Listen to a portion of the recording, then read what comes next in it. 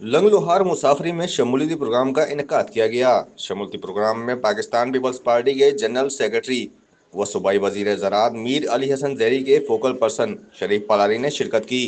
शरीफ पलारी के प्रोग्राम में पहुंचने पर कारकुनों ने वालाना इस्तकबाल किया और फूलों की पत्तियां निछावर की।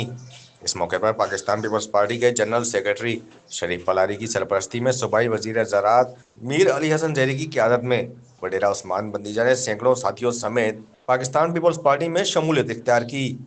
तकरीब से खिताब करते हुए शरीफ पलारी का कहना था कि मीर अली हसन जैरी की काविशों से जिला हब तरक्की की राह पर गामजन है।